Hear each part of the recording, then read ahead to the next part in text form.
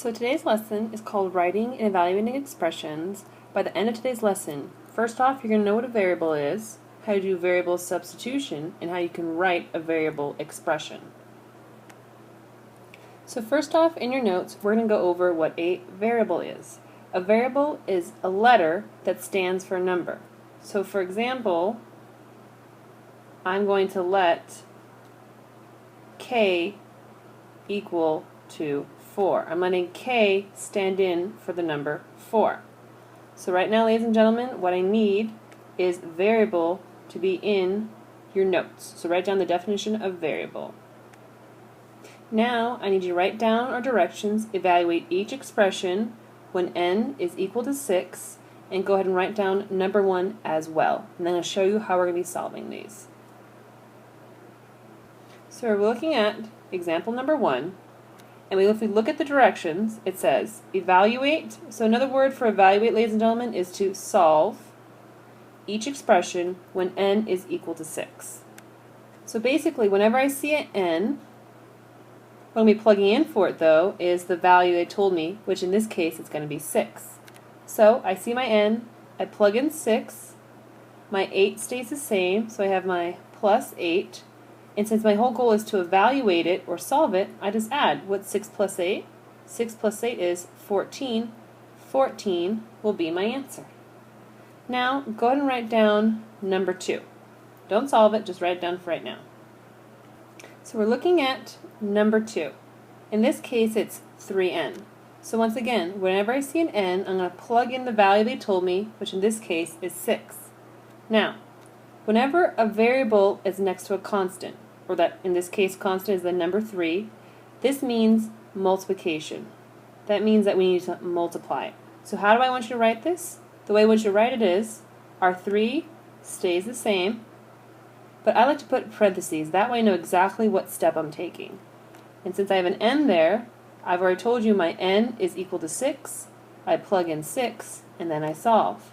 So what is 3 times 6? 3 times 6 is 18. 18 is my answer. Make sure you put your parentheses so you know that you are multiplying. Now go ahead and try to solve example number 3. So in example number 3, we have 72 divided by n. Once again, wherever I see the variable n, what do I plug in for it? I'm going to plug in the value 6. Why 6? Because they told me n is equal to 6. So I go ahead and plug in my values. So my 72 stays the same. I'm still dividing. And then I go ahead and plug in 6. And now, once again, remember, it's telling me to evaluate, or in this case, solve. So I solve it. Now, let's see, what's 72 divided by 6? Let's see, if I do 6 divided by 72, it goes in once. I get 12 twice, so it goes in 12 times, so 72 divided by 6 is going to be equal to 12. Now go ahead and try to solve example number 4 and example number 5. So looking at example number 4, it's telling us n minus 2. Remember, whenever I see an n, let me plug in 6 for my value, so this ends up being 6. Now my minus sign and my 2 don't change, they'll just follow along. And I'm evaluating, I'm solving, so it's 6 minus 2. 6 minus 2 is 4. Oops, I think that 4 better. 4, so you should have gotten 4 as your answer. Now let's go take a look at example number 5. Now example number 5. I have n divided by 6. Whenever I see an n, what do I need to plug in? I need to plug in the 6 right here. So what I'm going to do is plug in my value. I have a 6. My division bar stays exactly the same. Bring down my other 6, and ladies and gentlemen, what's 6 divided by 6? 6 divided by 6 is 1. Now we're going to quickly go and do example number 6, so go ahead and write it down. So for example number 6, I have 20 minus n. Wherever I see an n, I'm going to plug in my 6 value, so let's go ahead and solve. So my 20 does not change, my minus does not change, but my n, I'm substituting it in for 6. So what is 20 minus 6? 20 minus 6 is 14. 14 is your answer. Now these are very simple expressions. All we have is one value, one variable. But they're going to get a little bit more complicated, so make sure you're following along. So now in your notes, I need you to write down, evaluate the expression for if A is equal to 3 and B is equal to 4. You need these directions in order for your notes to make sense. Once you have that written down, also go and write down example number 7. So we're going to take a look at example number 7. Now in this case, they're telling me A is equal to 3, B is equal to 4. So whenever I see an A, I'm going to be plugging in the value 3, and then whenever I see the value B, I'll be plugging in, the variable B, I'll be plugging in the value 4. So you have to be very careful what they're telling you, what your variable represents. So my 6 stays the same, but remember I told you whenever there's a variable next to it, that means we're multiplying, so I better see parentheses. My minus sign doesn't change, so let's plug in my values.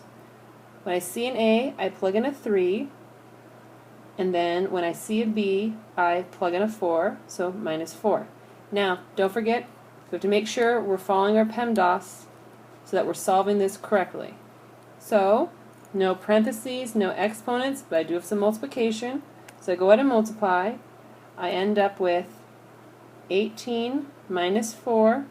Now I do my addition. I end up with 18 minus 4, which is 14. So 14 will be your answer. Make sure you're recognizing what your variable represents, what value. So now go ahead and write down example number 8. I want you to go ahead and try to solve example number 8. What is 5AB? When you evaluate it, what's going to be your answer?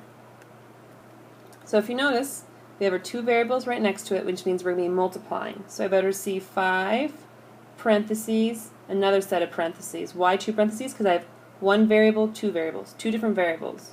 So whenever I see my A variable, what do I plug in? I plug in that 3. So I have 3. And whenever I have my B, what do I plug in? I plug in my 4. And since we're all multiplying, it's going to multiply this across. So I always work left to right. So let's see what my answer is going to be. So 5 times 3 is 15. Don't forget about your 4. Bring down my 4. Let's see, what's 15 times 4? 0, 2, I get 60. So 15 times 4 is 60. 60 will be my answer. Now go ahead and try number 9 and number 10. Let's see how you do. So with number 9, we have 6b divided by a. So my 6 is going to stay the same, but I have parentheses because I'm going to plug in a value for b, division sign, and then we'll leave it blank because we're going to be plugging in a value for a. So whenever I see a b, I plug in 4. So I plug in my 4 in my numerator, and then whenever I have an a, I plug in 3, so I plug in a 3 in my denominator. So now let's go ahead and solve. So remember, don't forget, we're still working with PEMDAS. Well, I can spell PEM, that was supposed to be D. PEMDAS. And don't forget, so we have to multiply or divide. Easiest thing here to do is when we're multiplying first. So I get 24 divided by 3. And what's 24 divided by 3? When I simplify that, I'm going to move it up here. 24 divided by 3 is 8. 8 is going to be your answer. Now, let's go and take a look at 10. Now with 10, our A value, we have to plug in 3. B value, we have to plug in 4. So let's see how this is going to look.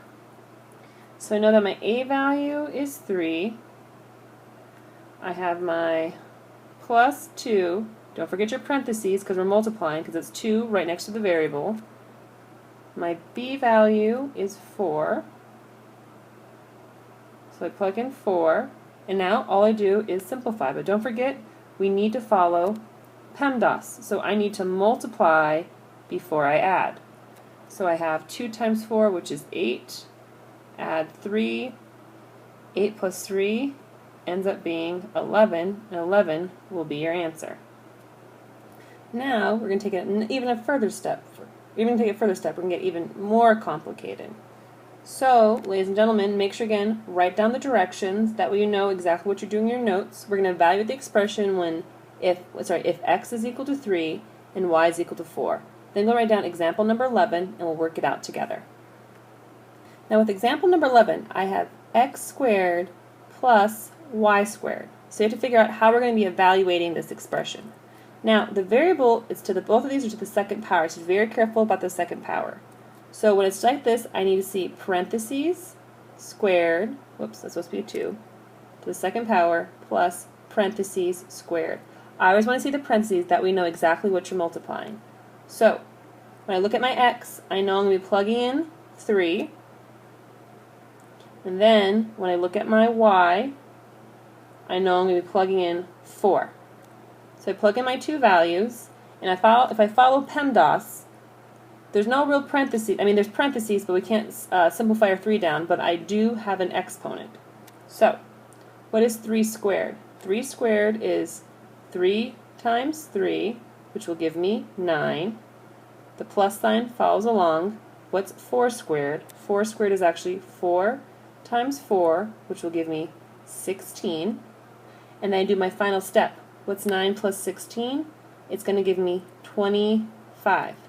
So the big thing here, ladies and gentlemen, is don't forget your parentheses.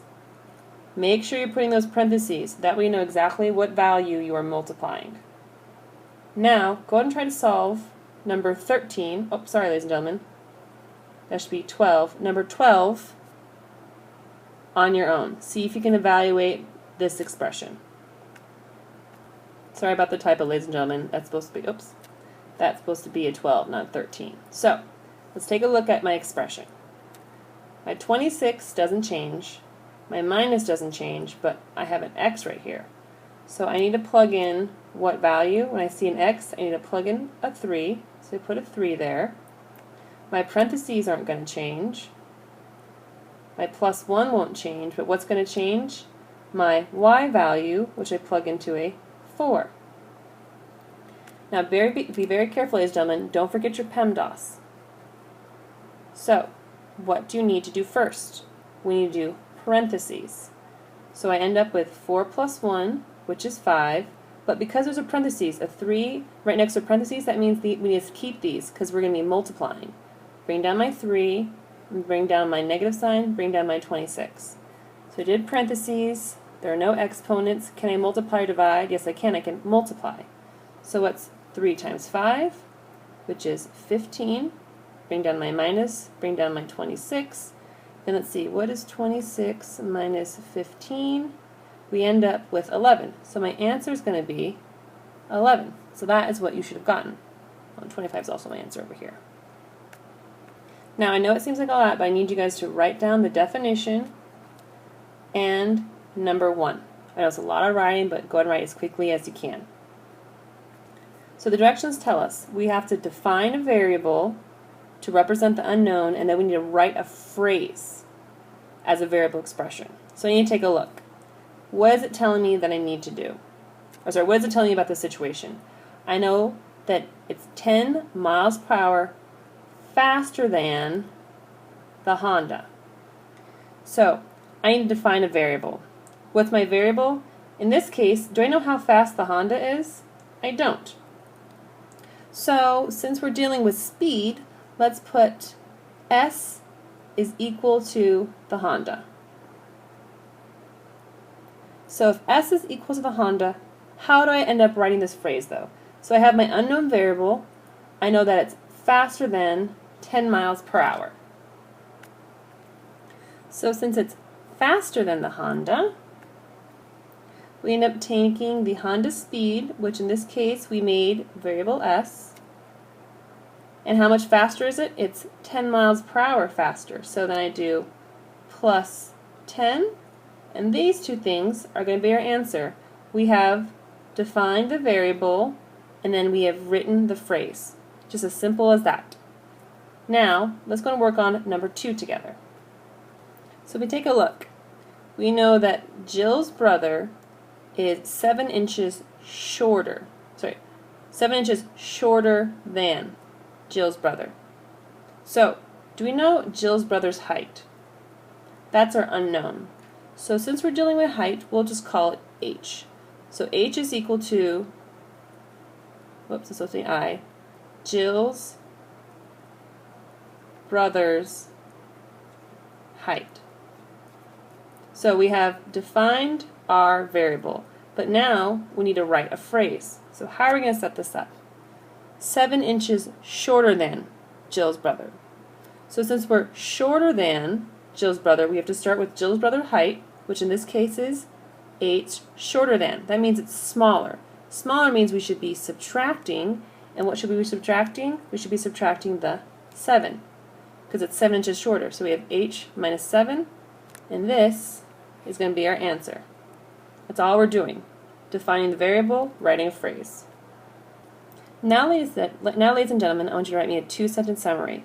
We learned about variables today, how to evaluate an expression with variables, and how to write an expression with the variable. What did you learn today?